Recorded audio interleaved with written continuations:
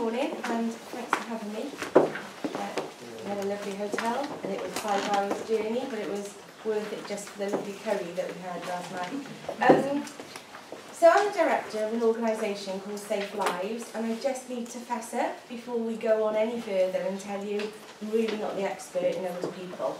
So what I am bringing into this day is the start of a discussion as opposed to the answer. So I'll leave you with more probably questions and answers. If I had a lovely evidence-based model that I could say to you, this works with domestic abuse and older people, crack on, I would, but we are nowhere near it. So that's just to manage your expectations about my next 20 minutes. Please don't wait till the end. Please chip in as we go along if you want to challenge or discuss a point further, because I'm just sharing my opinion with you at the moment, and we've got a huge research team in our organisation that are terrified that I'm out on the circuit speaking, because obviously none of this will pass their stamp of approval, but I will assure you the information that I'm going to share with you on the data that we collect is still the best that we have in this country. So we just haven't got the stamp of approval. So a little bit about me. I am now the director at Safe Lives, but I started my career way back when as a hairdresser, and then I was a croupier, then I was a police officer, then I was seconded to the Home Office, and then I worked in child protection in the NSPCC. Why I tell you that is because you need to know I normally follow my heart and my head catches up later. I'm here talking about older people because it's a client group that's grabbed my heart. So when I look at our priorities in organisation, older people aren't on there. They're just not even visible. And I'm banging the drum saying we have to do something, and that's why I am doing the circuit with the Welsh Older People's Commissioner.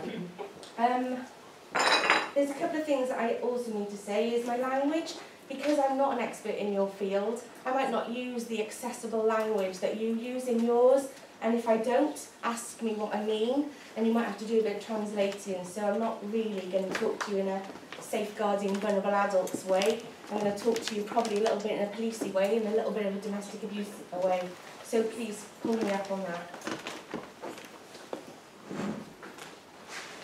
So this is what we do as an organisation. And why I'm telling you this is so that you know we have the luxury of not delivering any frontline services. So as a second-tier organisation, we have the thinking space that you don't have when you've got your head down and you're trying to do the real work. So what we do is try to maximise that opportunity as a second-tier organisation. So we collect the data, we go and talk to the people doing the work, and we sit around and we've got a multi-skilled team, so we've got practitioners, research people, policy people, all those people coming together all the time going, so what does this mean really? You know, so coercive control, you watched the video earlier, all of a sudden, politically and policy-wise, we're obsessed with coercive control. I'd say let's just get those cases right before we get excited about being more advanced in our understanding of domestic abuse, because actually we're still not getting it right for 78-year-olds who have broken bones. So a little bit of a reality check for us all there. So what our organisation has done is we have a insights tool that all domestic violence services who've signed up to that, and there are 50 across England and Wales, give us their information. So we've got 43,000 cases up and running on our data system that I can put in, tell me what we know about 60 plus. I can't, I couldn't do it if I tried. Somebody can, and they can tell us what we know about the people presenting. So they are only people presenting to domestic violence services that I can talk to you about. I can't talk to you about other places that they're presenting, so it's a domestic violence lens that I share this information with you. The other thing that Safe Lives has done, formerly CARDA, is we have really concentrated on high-risk domestic abuse for 10 years. So we have gone around the country and developed the role of the IDVA, Independent Domestic Violence Advisor, and we have developed a multi-agency response called the MARAC. Both of those things started in Wales, and I'm not biased, that's true. So Wales is a real place where we're willing to take the chance and do things a little bit differently. We're broadening our scope now, and we're looking at the DASH tool that Steve's talked about, which means domestic abuse, stalking and harassment. It's a practical tool. I think it's in your pack. What this is an idiot's guide in the nicest possible way for professionals to feel safe when they are looking for domestic abuse. So if you're a skilled expert in domestic abuse, you shouldn't really need to touch it. If you're a police officer and you haven't had your week's training yet, and you're new and you're eager, if you ask every one of those questions on there, you can't do any harm. So that's what that tool is.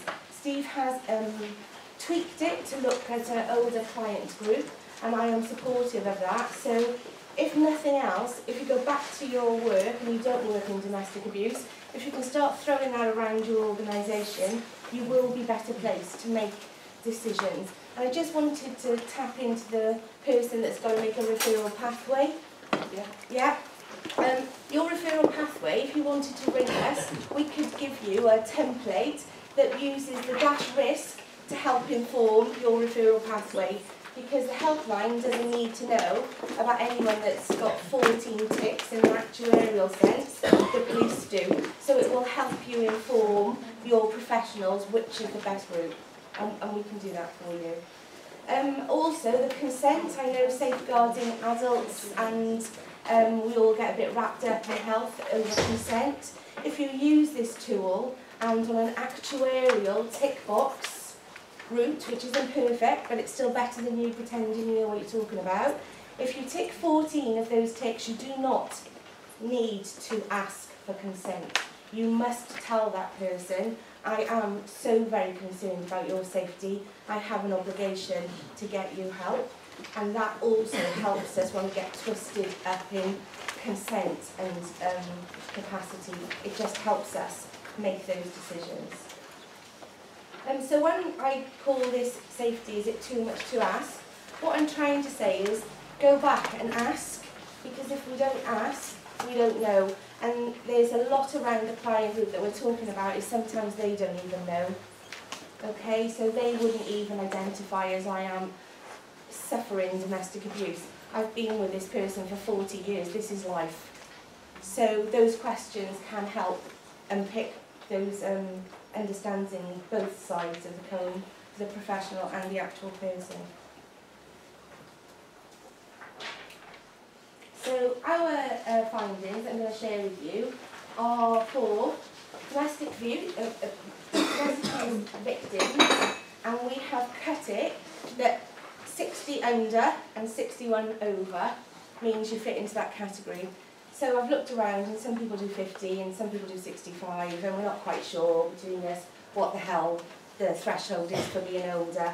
And at 46, I think that's quite important. I'd really like somebody to set a bar, because 50 feels a bit close for me, but that's probably more about me than you. So with that in mind, we know that my great-aunt Sylv, who's 99, who's 100 in December, and Madonna would fit into this category. Okay? So actually, talking about older people doesn't really help us, because those two have very little in common and very little different needs.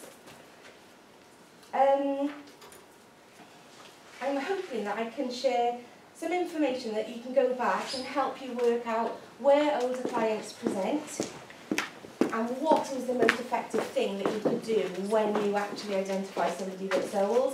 What I won't be able to tell you is what the perfect service provision looks like.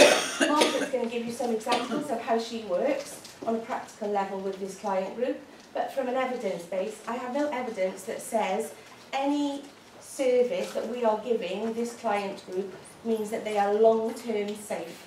I haven't got it. I can just say that the interventions that we're doing now make people safe for a little bit of time. And I think that's probably due to things like respite and family members being pressured or volunteering to fill a gap. So I'm managing your expectations again. So our top findings,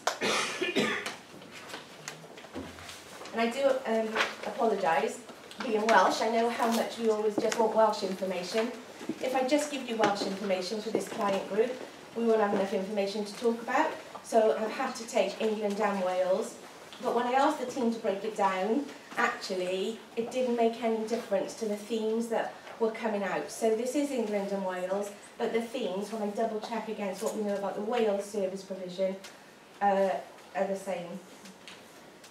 So what we need to know is a tiny percent of those thousands of cases I talked to you about, 3%, are aged 61 and over.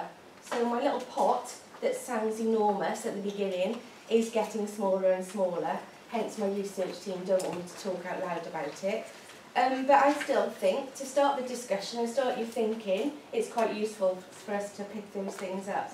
So what did we learn? So we learned that 20, 40 years some of our clients are experiencing domestic abuse, and that's what I mean. Why on earth do we think the police going in at a crisis when you phone 999 can have the tools and skills to unravel 20, 40 years of abuse? They can manage the crisis. They cannot change attitudes, behaviours, work with culturally embedded abusive relationships. So let's lean away from looking at the police saying, how much training you have, can you sort this out? Of course they can't, and neither can anyone else on their own. We're going to have to do this together because it is really hard. And that's my bottom line through all of this.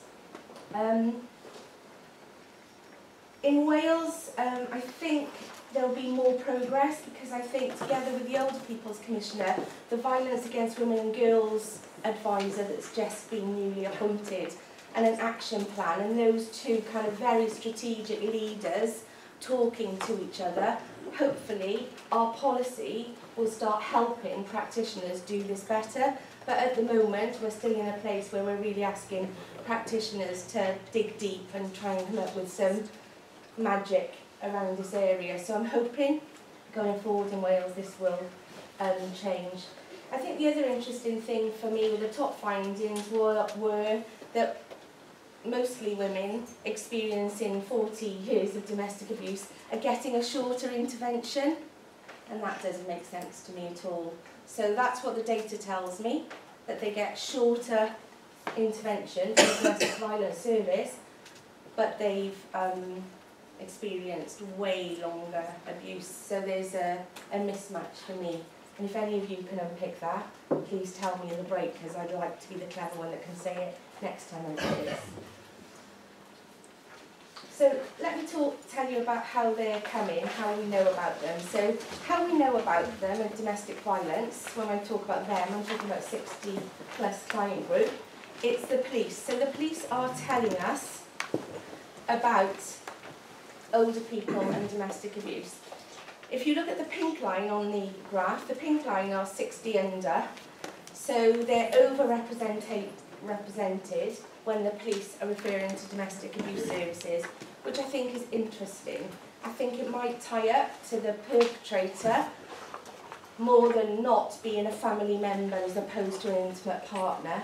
I think perhaps that's why the police are getting more visibility of that client group over 60, but I'm not 100% sure. What I am interested in, though, is the lack of referrals for this client group from anyone else. So if you are a practitioner in safeguarding and you are seeing domestic abuse, you are not involved in a domestic abuse service in the intervention because it's invisible. And certainly if you're working with children and young people, older people aren't even on your radar. And I think that's quite interesting, having worked in those areas quite a lot, because I know that we place children with grandparents more and more and more, and I know those grandparents are experiencing abuse. So it's us again as professionals looking at our piece of the pie and not kind of widening the horizon. So it would be really good in 5 years' time if I could look at this and we could have lots more from housing, health, and less from the police, because if the police are involved, we're at crisis. Nobody phones the police. Well, no, that's not true. The majority of people, when they phone 999, are scared for their life most of the time. Police, sometimes you get a few calls that perhaps aren't that, But the majority of the time, for people to pick up the phone for 999 is because there's nowhere else to run.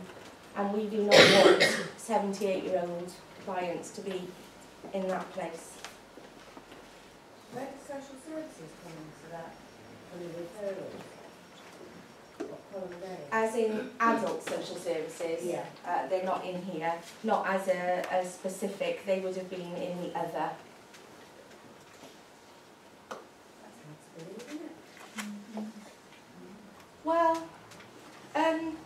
I wish it was, but it's not really that hard to believe for me, because if you look at MARAC referrals, they're so the highest risk from multi-agency perspective, they're not visible, and safeguarding adults would be at that table, so it just kind of reinforced that for me.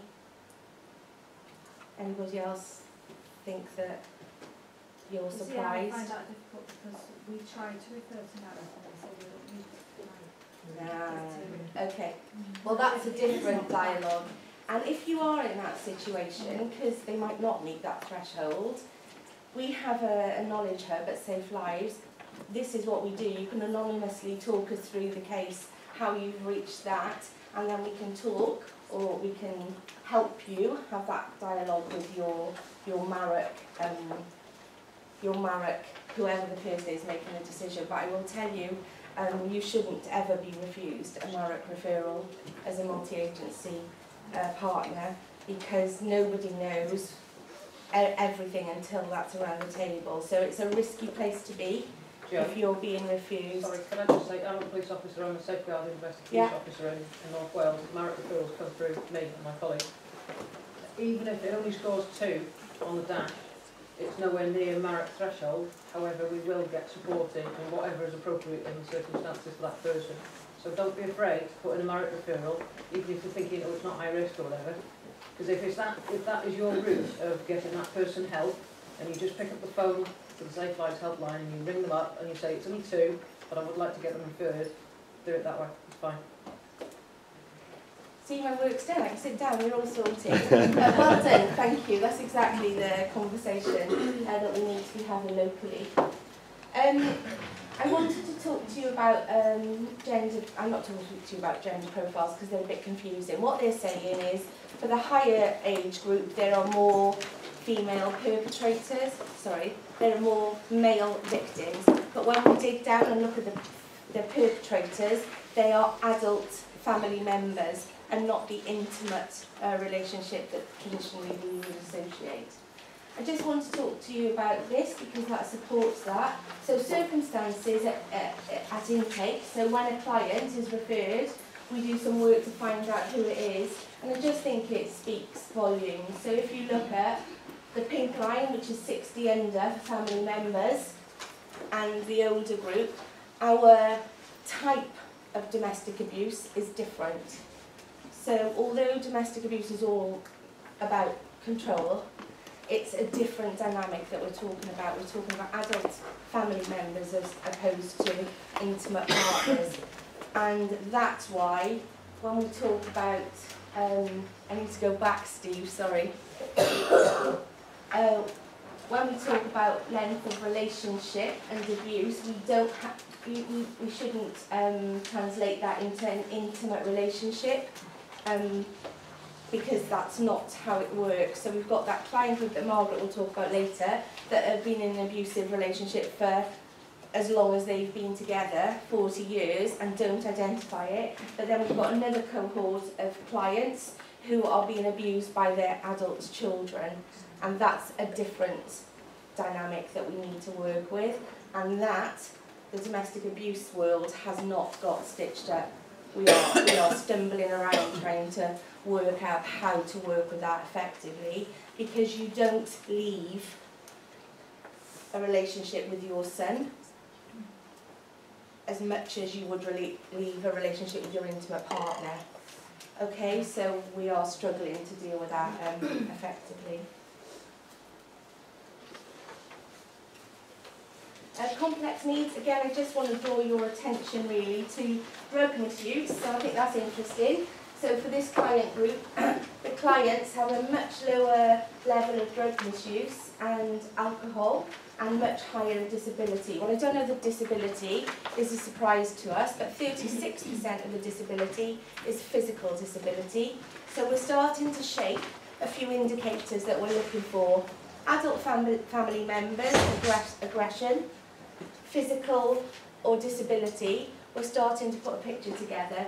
Drug misuse, I would question this one because I think our professionals interpret this as street drugs and not necessarily prescribed drugs. And we know that sometimes the impact and the consequences might be similar if people aren't taking their prescribed medication properly. So I would, if I could, in next year, ask a different question around that for this client group.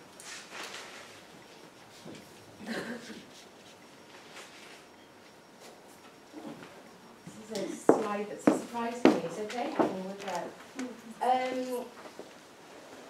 So this is your perpetrator information. This is what we know about perpetrators in this age group. And you can see that mental health is much higher for this age group than under 60, and that financial problems are higher.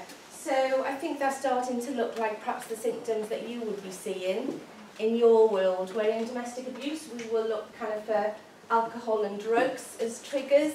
I think there's perhaps a different perspective with the older client group and perpetration of domestic abuse that starts to look more like mental health, and that's not got to be a diagnosis for them to tick that box. It can be a client saying, I'm really depressed, I can't sleep. You know, it hasn't got to be a doctor with some prescribed medication for that.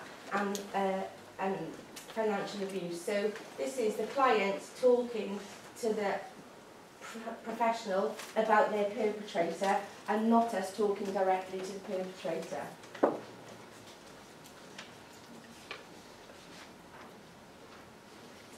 just going to skip these because we're on that time. Circumstances at exit. Now, so when we are happy, we're never happy at this stage, but when it's time to close the case for high-risk advocates and signpost somebody on to more of an outreach, sustainable intervention, this is the living arrangements. And this, I think, just reflects what we know about their living together. So 25% of this client group are never going to be not living together, and we're trying to manage the risk in that scenario, as apart from the younger ones.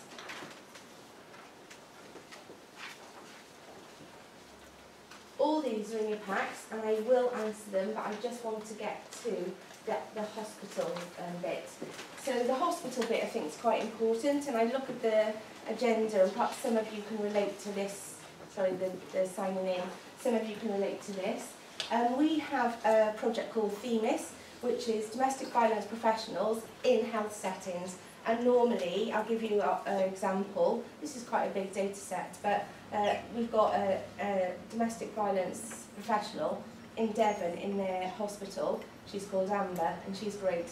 But what Amber has taught us is that it's not good enough to go to health with a referral form and have a door in the hospital that's got your name on it. That's not good enough. We're still not confident as professionals to fill in the referral form. So she was getting no referrals from the whole hospital. So what she did was kind of do that matron thing where she walked around the hospital, went on the wards and started talking to people in that human way that we all like.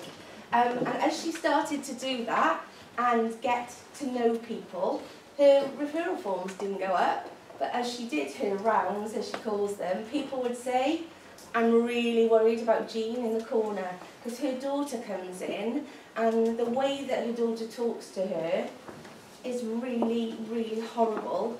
And when her daughter goes and I say to Jean, how are you? She's really distressed and upset, but I don't really know what else I can do with that. And Amber says, you can refer her to me, and then I can come and talk to her. As soon as Amber started doing that with health professionals, now they're looking to recruit 3 more Ambers, because the health staff there are much more confident that actually you can chat to Amber before you put the referral form in. And I know we don't like that. We want everything to be cheap, and we want everything online, and we want to make swift referrals. But still, as human beings, we don't function like that in the real world.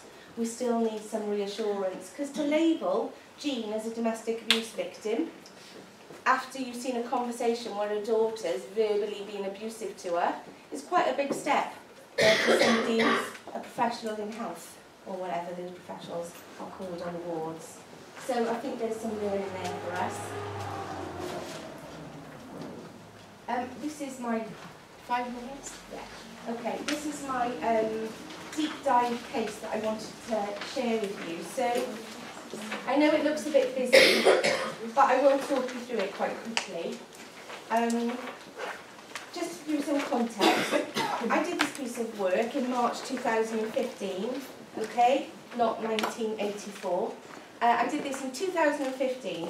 A local authority, that shall not be named, who are very good, called us in as an organisation and said, I thought we had a joined up safeguarding response, and we've had 2 deaths. So we have had Oliver and Charlie in the middle, who are male adults, if you look at the key, have died in the same flat on the same day, and adult safeguarding and children's safeguarding were looking for Charlie and Oliver for 2 days before they worked out that they were looking for the same people. And as the leader for this team, that wobbled me a bit, because I thought we were more joined up at than that. So in this area, the domestic violence response is as good as any other I've ever seen. And their safeguarding at the top, their willingness, their leadership, is proper shiny. So she called us in and said, oh, that's not as good as we think, we've got to do something. So I did this piece of work, and what they were alarmed about when they looked was Oliver and Charlie, 2 adult men who died in the same flat, and it worked out from a drug overdose, were both at Marrock 8 years previously on the same day. They were quite alarmed about that, but when we dug deeper, it was just a coincidence, who'd have thought. So Oliver and Charlie were at the same Marrock, but they were perpetrators to different victims, so there was no link there. So we did an extensive work, and everyone that's coloured in on this genogram are people that were in scope. The other people we just found on our way, and what we found out about them, we couldn't leave them off. So we presented this back to the Commissioner who paid us to do it, and what we said was a lot of things that not necessarily for today, but what is for today is if I can talk you through Oliver. So if we look at Oliver to your left, this is one of the males that died. Oliver, Nicola, Dylan and Charlie, those 4 adults in the middle, were all in that flat together. But when we explored it a bit, the only thing that brought those together was it was a place to take drugs. So when we looked at Oliver, Oliver has 2 victims who are both high risk. So the little squares by the side of them means that they've been to Marrock. So Oliver's been to Marrock 3 times, twice with Jessica, once with Lexi.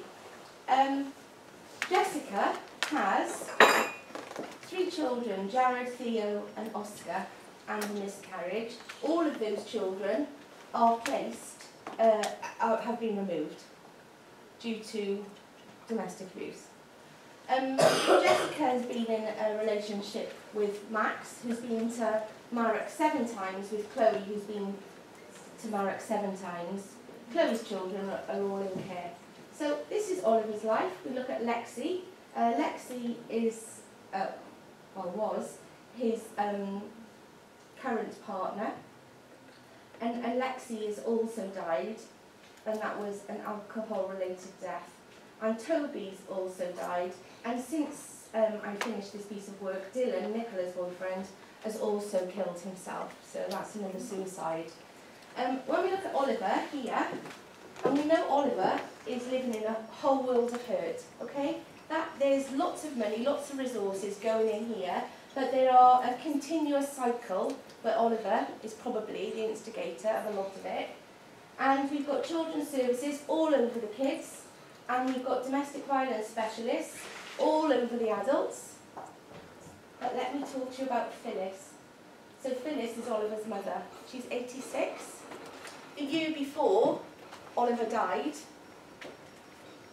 the paramedics, the ambulance, was called out to Phyllis 25 times in 12 months. On 2 occasions, the paramedics, bless their hearts, put in a referral form that said it was really difficult to talk to Phyllis on her own because Oliver insisted on coming with her. And the second time, Oliver didn't come because he was drunk at home, but he was really aggressive to the ambulance men, maybe women, the ambulance professionals and Phyllis when they were trying to take her to hospital. So 2 referral forms went in from those. Hands up, tell me what happened. Big fat nothing? Big fat nothing. All of the information I just told you is on the same database.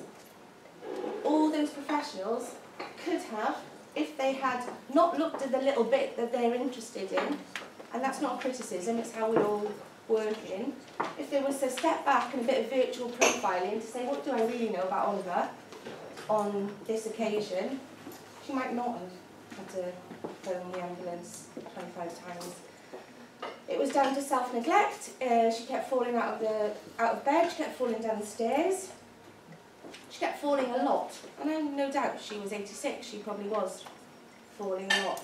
But I have absolutely no doubt, but no evidence to back this up, that Oliver somehow would have been involved in that. Looking at all the other people in his life and the abuse, physical abuse he was giving them, I would be shocked if that wasn't happening to Phyllis. So when I look at what we found there, we had no police information in this area. Police didn't want to share their information about Oliver.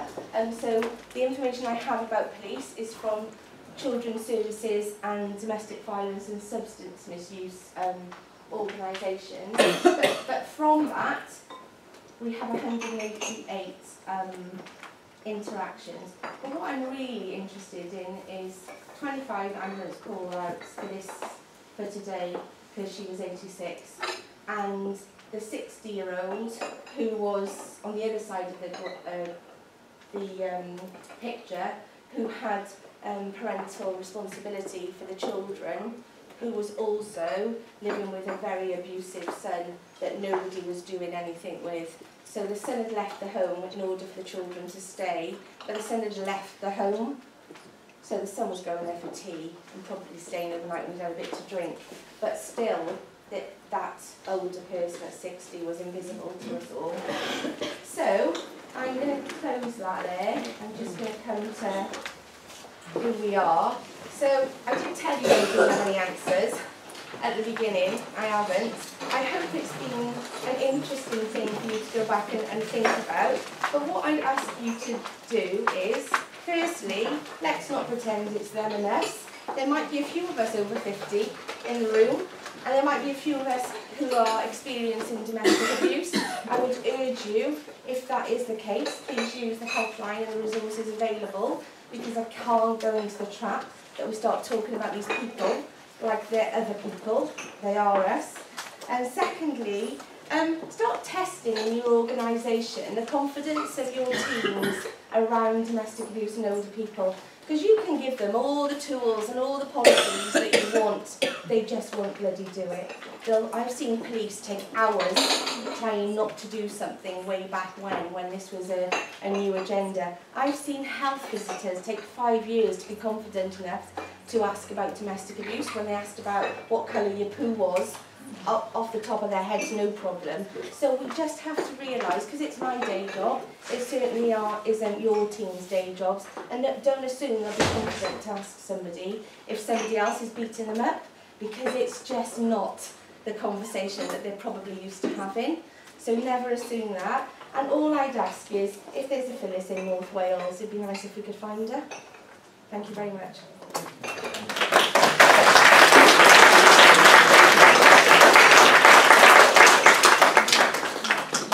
Any questions anybody would like to ask Jill? Yeah, with the 25 ambulance call-outs, Phyllis was only admitted once into hospital. I didn't have the hospital information, so I don't know how many times she was admitted. I have no idea. Oh, the admissions on the bottom, they weren't for Phyllis. That wasn't, No, that was the substance misuse.